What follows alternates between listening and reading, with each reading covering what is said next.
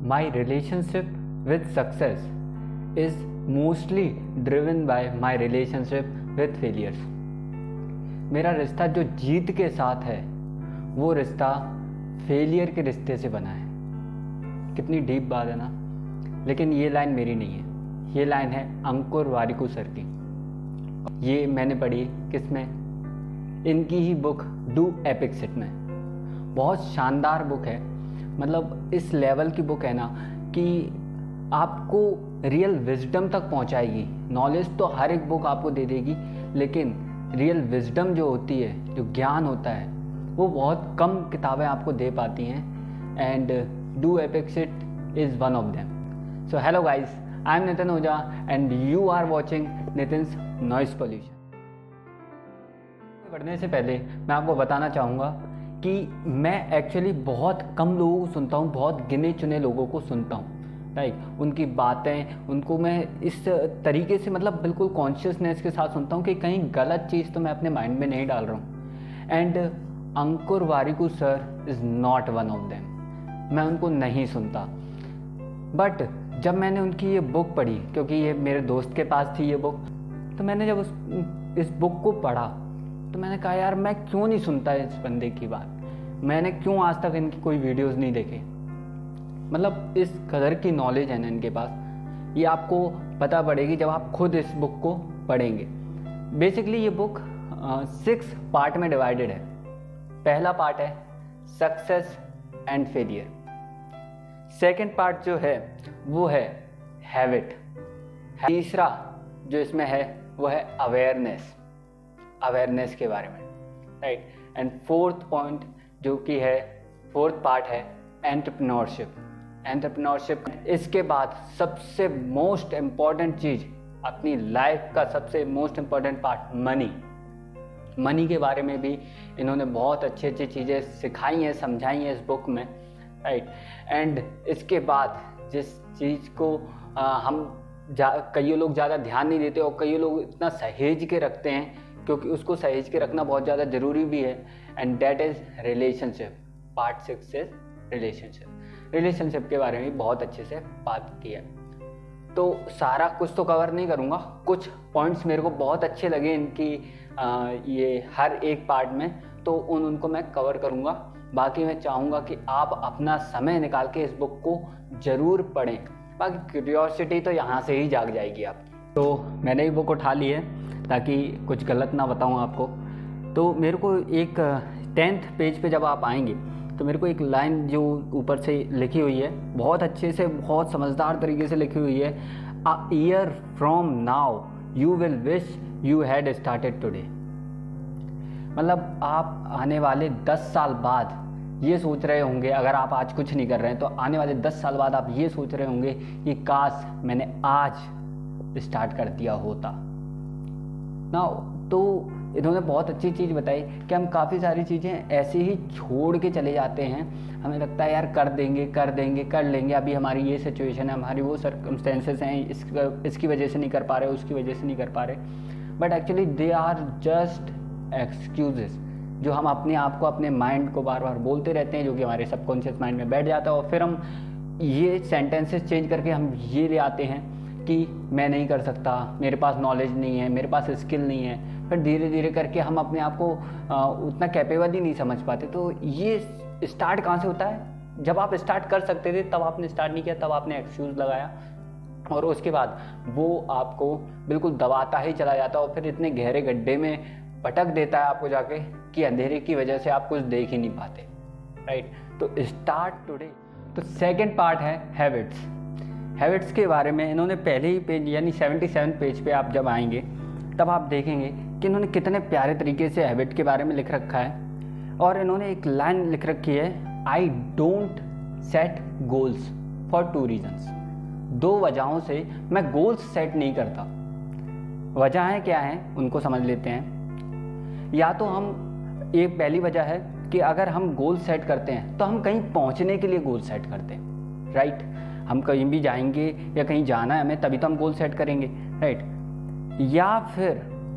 या फिर हम क्या करते हैं कि जहां हम पहुंच जाते हैं उसके बाद आगे कि कहाँ जाना है उसके लिए गोल सेट करते हैं। राइट, लेकिन हैबिट क्या होती है ना, हैबिट आपको प्रोसेस में ले जाती है। लाइक एग्जाम्पल से समझते हैं, जब आप गोल सेट कर लेते हो ना तो आप रास्ते का मज़ा नहीं ले पाते। आप जहाँ जाना चाहते हो अगर आप उसको ज़्यादा दिमाग में रख लेते हो ना कि यार बस वहाँ पहुँच जाऊँ फिर मज़ा आएगा, वहाँ पहुँच जाऊँ फिर बहुत मज़ा आने वाला है, ठीक है, वहाँ तो ये है, वहाँ तो आप वहाँ की एक इमेजनरी फॉर्म बना लेते हो अपने दिमाग में, लेकिन फिर आप रास्ते का मज़ा लेना भूल जाते हो, ठीक है। लेकिन हैबिट क्या होती है, वो रास्ते का मज़ा दिलवाती हैं आपको, ठीक है। तो आपकी हैबिट बहुत ज़्यादा ज़रूरी है। बाकी इसको आप आगे पढ़ेंगे तो इनमें आपको पता पड़ेगी। बाकी मैं हैबिट पढ़ के नहीं बताऊंगा, बहुत सारी हैबिट्स उन्होंने बता रखी हैं और वो कौन सी अप्लाई कर रहे हैं अंकुर वारिकू सर, कौन सी हैबिट्स अपने आप में अपनी लाइफ में अप्लाई कर रहे हैं वो भी उन्होंने इसमें बता रखा है। तो आप उनमें से हो सकता है आप चाहें तो सारी भी कर सकते हैं और या फिर अपने मुताबिक जो आप चाहें वो वाली हैबिट्स अपने अंदर डाल सकते हैं यहाँ से देखकर। So third part is awareness. Awareness के बारे में सर ने क्या लिख रखा है उसको पढ़ते हैं एक बार। Make sure decisions in your life are made from a point of view of awareness and not ignorance. हमेशा याद रखिए कि आपकी लाइफ में जो भी आप डिसीजन ले रहे हैं वो अवेयरनेस के चलते लें, ना कि इग्नोरेंस के। कई बार होता है कि जो चीज़ हम नहीं जानते उसको हम ज़रूरी भी नहीं समझते, हमें लगता है कि नहीं भी पता है तो क्या है, राइट। और यही चीज़ मैं रिच डैड पुअर डैड अगर आपने पढ़ रखी है तो उसमें भी उन्होंने बहुत अच्छे से बताया है कि जब हम इग्नोरेंट होते हैं, जब हम नहीं जानते कोई चीज़ को, तो हम वहाँ पे जिद लाकर खड़ी कर देते हैं अपने सामने कि यार मैं तो सही होऊंगा, ठीक है, और उसकी वजह से बहुत गंदी मुंह की खानी पड़ती है, ठीक है। तो अगर जो आपको नहीं पता है उसको कमज़ोर मत समझे कि नहीं पता है तो कोई दिक्कत नहीं, उसको जाने समझे, अपनी चेतना को, जो आपके अंदर जो पावर है, अवेयरनेस की पावर है, ठीक है, जागरूक होने की, सीखने की, जानने की, उसको इस्तेमाल करें, ठीक है। हमेशा क्यूरियोसिटी से भरे रहें, ठीक है, तो आपको फिर कोई दिक्कत ही नहीं होगी। हर चीज़ आपके पास जो भी आपको नहीं पता होगा आपको इच्छा होगी जानने की। फोर्थ पार्ट है एंटरप्रेन्योरशिप।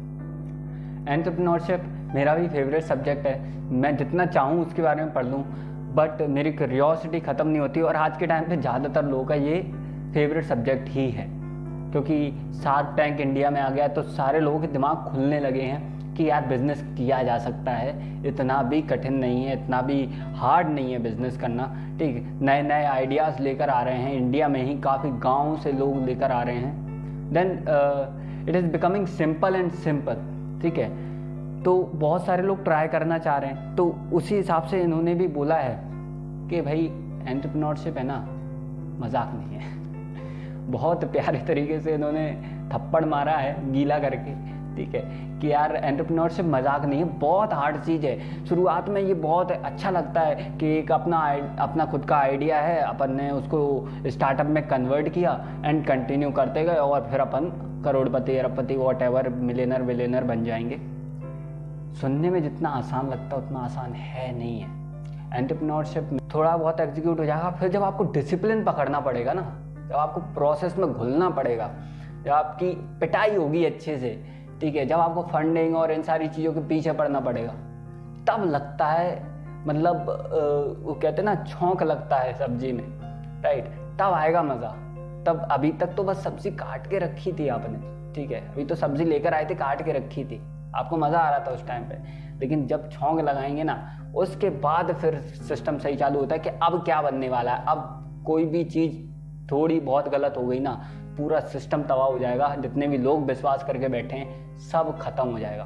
बहुत सोच समझ के करना पड़ता है, बहुत हार्ड चीज़ है, लेकिन फिर भी की जा सकती है। तो इन्होंने बहुत सारे अच्छे अपने फेलियर्स भी बताए हैं कि कैसे ये फेल हुए कई बार, कैसे, क्योंकि 2009 से ही इन्होंने स्टार्ट कर दिया था एंटरप्रेन्योरशिप में, ये एंटर कर गए थे, लेकिन इतनी जल्दी सक्सेसफुल नहीं हो पाए और अभी जाके यानी कुछ 5-8 साल जाने के बाद तब ये सक्सेसफुल हुए हैं, तब आज के टाइम पे हम इनकी बात कर रहे हैं, राइट।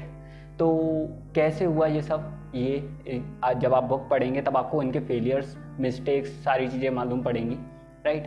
तो आगे चलते हैं fifth part. Fifth and the most important part is money. Money के बारे में कितनी ज़बरदस्त बात बोली है। तो पहले मैं यही बताऊंगा, I always think money is important, it is the worst use of your time and life to keep running after it. इनको ये लगता था कि पैसा ही सबसे ज़्यादा इम्पॉर्टेंट है, और फिर इनको समझ में आया कि ये सबसे बड़ा गंदा तरीका है समय व्यर्थ करने का अपना, और अपना जीवन व्यर्थ करने का, right.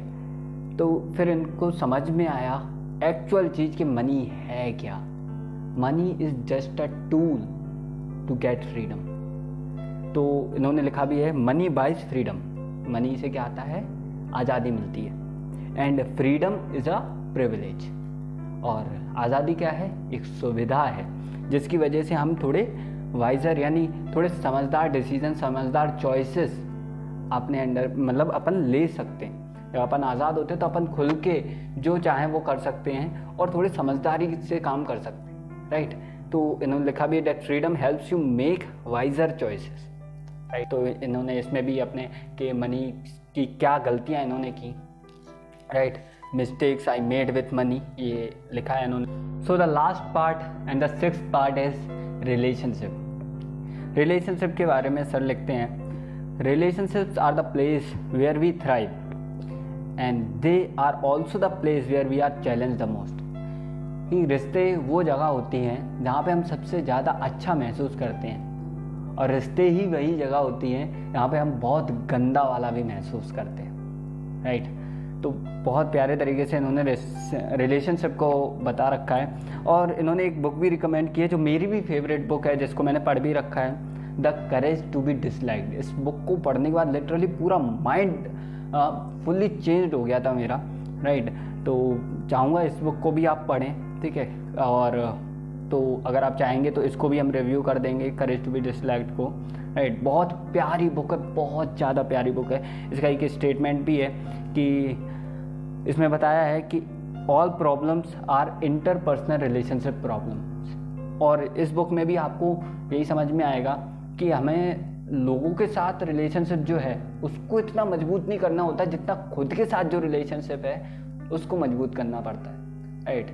Self relationship, self actualization, self love, ये सारी चीज़ों के बारे में आपको पता पड़ेगा करेज टू बी डिसलाइक्ड में भी, और डू अप्रिशिएट यानी अंकुर वारिकू सर की इसमें लास्ट पार्ट में आपको ये भी मालूम पड़ेगा। सो आई होप आपको ये सारी चीज़ें जानकर बहुत अच्छा लगा होगा इस बुक के बारे में, राइट। एंड पहले वाले में जो पहला पार्ट है उसमें और भी सारी चीज़ें उन्होंने बताई हैं, उन्होंने अपनी मिस्टेक्स बताई हैं लाइफ की कि कौन कौन सी की, 20s में कौन सी की, 30s में कौन सी की, राइट, जिसकी वजह से वो इतना लंबा समय होने के बाद भी वो सक्सेसफुल नहीं हो पा रहे थे। सारी चीज़ें बता रखी हैं। तो आपको काफ़ी कहते ना कि आपको दूसरों की फेलियर से सीखना चाहिए, क्योंकि आपके पास इतना समय नहीं है कि आप जब पता नहीं है अगला बंदा 60 साल की उम्र में जाके सीखा है वो चीज़, तो क्या पता आपकी 60 साल उम्र हो ना हो, राइट। तो आप उसने अगर कहीं बुक में लिख रखा है या कोई वीडियो में बता रखा है तो आप उसको देखें और उससे सीखें, राइट। तो इन्होंने भी बहुत अच्छे तरीके से अपनी मिस्टेक्स बता रखे हैं, तो आप उनसे सीख सकते हैं और अपनी लाइफ में अप्लाई कर सकते हैं। देखो लास्ट में आपको कुछ अपनी तरफ से पर्सनल चीज़ बता के जाऊँगा कि हर एक बुक में कुछ ऐसी चीज़ें होती हैं जो आपको अपनी लाइफ में अप्लाई करनी चाहिए, जो आपके लिए सही है, और वहीं कुछ ऐसी भी चीज़ होती है जो आपके लिए निकट बिल्कुल बकवास होती हैं, जिसको आपको मतलब आपकी लाइफ में कोई मतलब ही नहीं बनता उनका, तो उनको आपको अनदेखा कर देना चाहिए, राइट। तो आपको जो सही लग रहा है उन चीज़ों को लो, अप्लाई करो और आगे बढ़ो लाइफ में। ज़रूरी नहीं है सारी चीज़ें ही अप्लाई करनी होती हैं, कुछ कुछ चीज़ें लो और उनको अप्लाई करो, आगे बढ़ते चलो, ये रहता है। और हमेशा याद रखना, वो कहते हैं एक्सपीरियंस हमेशा होना चाहिए। एक्सपीरियंस बहुत सारी चीज़ हम देखो लाइफ में अच्छी बात है, बहुत सारी चीज़ों का एक्सपीरियंस लेना चाहिए। गैरी मिनाटी भी बोलते हैं कि लाइफ में बहुत सारे जितना हो सके उतना ज़्यादा एक्सपीरियंस लो, लेकिन हम फिर भी कितना ही एक्सपीरियंस कर सकते हैं चीज़ों का, ठीक है। लेकिन अंडरस्टैंडिंग हमेशा अपर मोस्ट लेयर पे होती है। आप जितना समझदार यानी देखो समझ बढ़ाओ, अपनी समझदार बनो, ठीक है। एक्सपीरियंस मिलता जाएगा, वो टाइम के साथ जो मिलना होगा मिलता जाएगा, लेकिन अपनी समझ बढ़ाओ, राइट। तो आई होप आपको अगर वीडियो अच्छी लगी है तो इस वीडियो को लाइक करें। और अगर आप चाहते हैं कि और ऐसी बुक रिव्यूज़ या और डिफरेंट वे में कोई और तरीके की वीडियोस बन सकती हैं, और कोई आपके दिमाग में अगर कोई टॉपिक है, कोई क्वेश्चन है, तो आप वो लिख सकते हैं कमेंट बॉक्स में। एंड अगर आप पुराने सब्सक्राइबर हैं तो बहुत अच्छी बात है, नए सब्सक्राइबर्स तक पहुंचाइए, इस वीडियो को शेयर कीजिए एंड सब्सक्राइब करवाइए नए लोगों को।